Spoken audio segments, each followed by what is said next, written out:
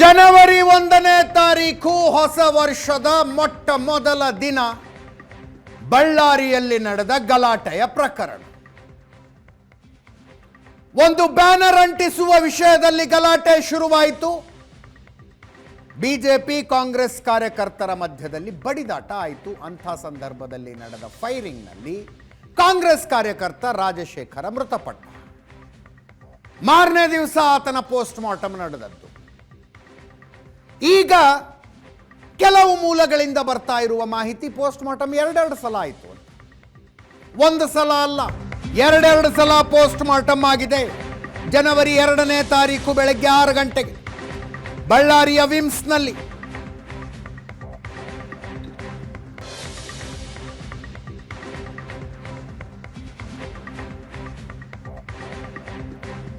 ಬೆಳಗ್ಗೆ 6 ಗಂಟೆಗೆ ಒಂದು ಪೋಸ್ಟ್ ಮಾರ್ಟಮ್, ಆ ನಂತರ 10 ಗಂಟೆಗೆ ಇನ್ನೊಂದು ಪೋಸ್ಟ್ ಮಾರ್ಟಮ್.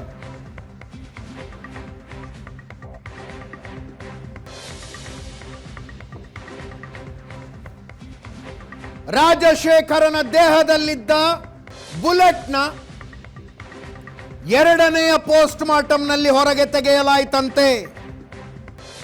ಮೊದಲ ಸಲ ಪೋಸ್ಟ್ ಮಾರ್ಟಮ್ ಆದಾಗ ಅದನ್ನು ತೆಗೆದಿರಲಿಲ್ವಂತೆ.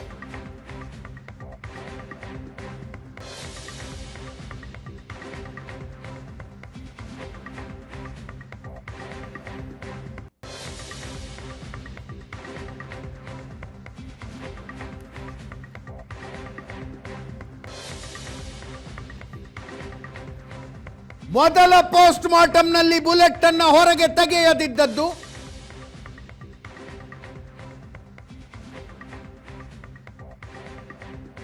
ಸಾಕ್ಷ್ಯನಾಶದ ಪ್ರಯತ್ನವ?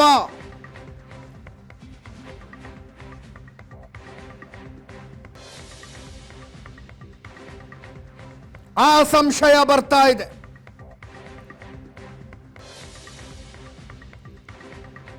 ಕುಮಾರಸ್ವಾಮಿ ಅವರು, ಕೇಂದ್ರ ಸಚಿವ ಕುಮಾರಸ್ವಾಮಿ ಅವರು ಇವತ್ತಿನ ಪತ್ರಿಕಾಗೋಷ್ಠಿಯಲ್ಲಿ ನೇರ ಆರೋಪ ಮಾಡಿದ್ರು.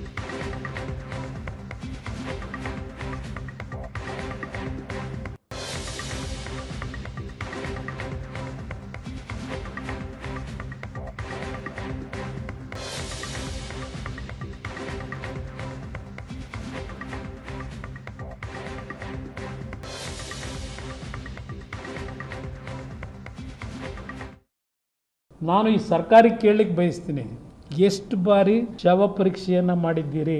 ಮೊದಲನೇ ಶವ ಪರೀಕ್ಷೆ ಮಾಡಿದಾಗ ಪೋಸ್ಟ್ ಮಾರ್ಟಮು ಏನು ವರದಿ ಬಂತು? ಪೋಸ್ಟ್ ಮಾರ್ಟಮ್ ಮುಗಿಸಿ ಎಲ್ಲ ದೇಹ ಹೊಲಿದು ಮತ್ತು 2ನೇ ಬಾರಿ ಇನ್ನೊಂದು ಪೋಸ್ಟ್ ಮಾರ್ಟಮ್ ಮಾಡಿದ್ರಲ್ಲ, ಆಗೇನು ವರದಿ ಕೊಟ್ಟರು?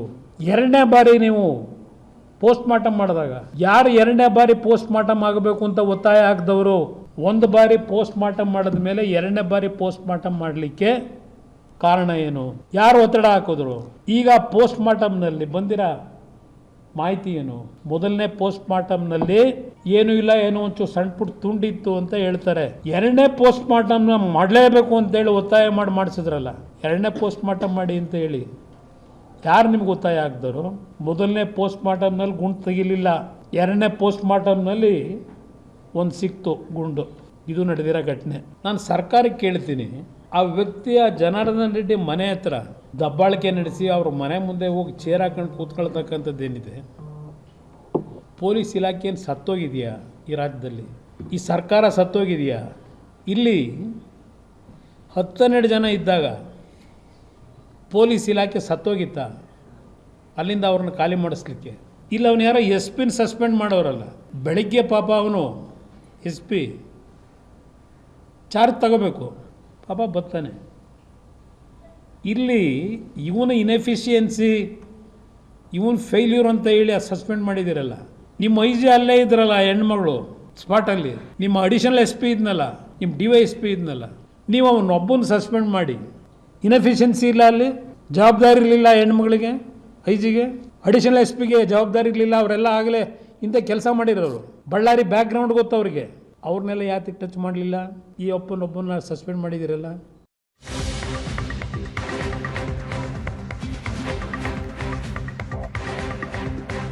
ಕೇಂದ್ರ ಸಚಿವ ಕುಮಾರಸ್ವಾಮಿ ಅವರು ನನ್ನ ಜನಾರ್ದನ ರೆಡ್ಡಿ ಅವರಿಗೆ ಫೋನ್ ಮಾಡಿದ್ರಂತೆ.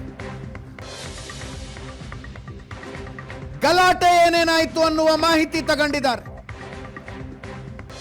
ಇವತ್ತು ಫೋನ್ ಮಾಡಿ ಶಾಕಿಂಗ್ ನ್ಯೂಸ್ ಕೊಟ್ರಂತೆ ಅವರಿಗೆ.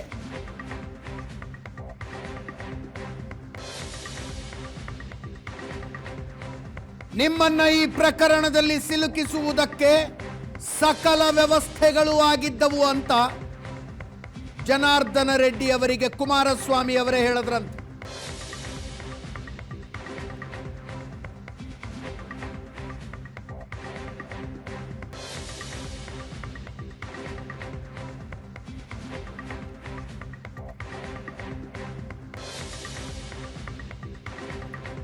ಜನಾರ್ದನ ರೆಡ್ಡಿ ಅವರ ಗನ್ಮ್ಯಾನ್ ನಿಂದ ಫೈರಿಂಗ್ ಆಗಿ ಕಾಂಗ್ರೆಸ್ ಕಾರ್ಯಕರ್ತ ರಾಜಶೇಖರ ಸತ್ತ ಅಂತ ಪ್ರಕರಣವನ್ನು ತಿರುಚಿಸಿ ಹಾಕುವ ವ್ಯವಸ್ಥೆಗಳಾಗಿದ್ವಂತೆ.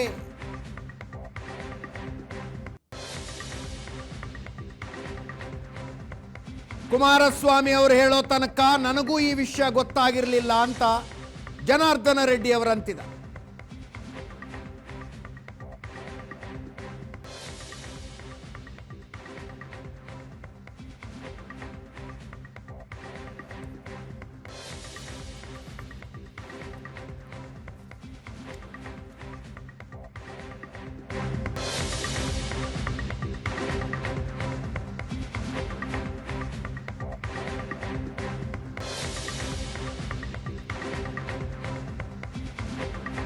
ಫೈರಿಂಗ್ ಪ್ರಕರಣವನ್ನ CBIಗೆ ವಹಿಸಬೇಕು ಅಂತ ಮಾಜಿ ಸಚಿವ ಶ್ರೀರಾಮುಲು ಈಗಲೂ ಹಠ ಹಿಡಿದಿದ್ದ. ನನ್ನ ಮೇಲೆ, ನನ್ನ ಮನೆಯ ಮೇಲೆ ದಾಳಿ ಮಾಡಿರೋದು ಸಾಬೀತಾಗಿದೆ. ಆರೋಪದಿಂದ ಪಾರಾಗೋದಕ್ಕೆ 2 ಸಲ ಪೋಸ್ಟ್ ಮಾರ್ಟಮ್ ಮಾಡಿದ್ದಾರೆ. DK ಶಿವಕುಮಾರ್ಗೆ ಗಂಭೀರತೆ ಇಲ್ಲ, ಶಾಂತಿ ಕಾಪಾಡೋ ಯೋಗ್ಯತೆ ಇಲ್ಲ.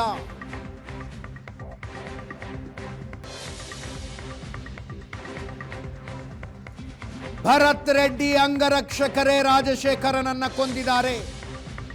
ಯಾರ ಅಂಗರಕ್ಷಕರಿಂದ ಈ ಕೃತ್ಯ ನಡೆದಿದೆಯೋ ಅವರೇ ನೇರ ಹೊಣೆ. ಪ್ರಕರಣವನ್ನು CBIಗೆ ವಹಿಸಿ ಅಂತ ಶ್ರೀರಾಮುಲು ಅವರ ಆಗ್ರಹ.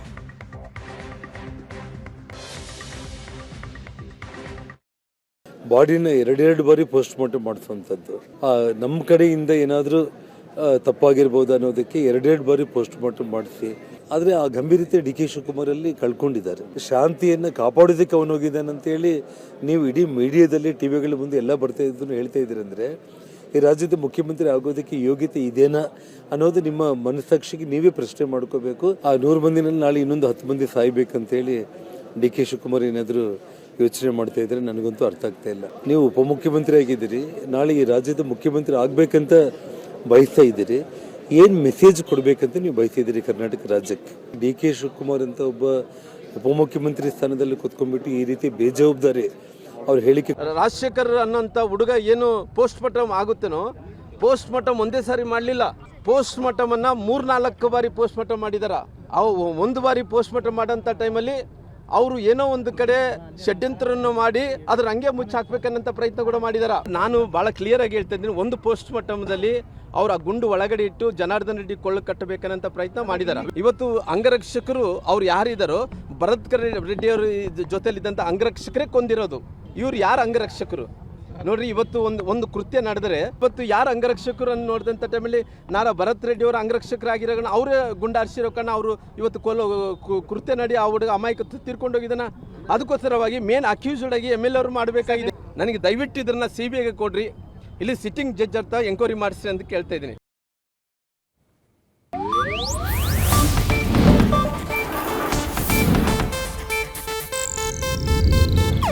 ಇದು ಏಷ್ಯಾನೆಟ್ ನ್ಯೂಸ್ ನೆಟ್ವರ್ಕ್ ಪ್ರಸ್ತುತಿ.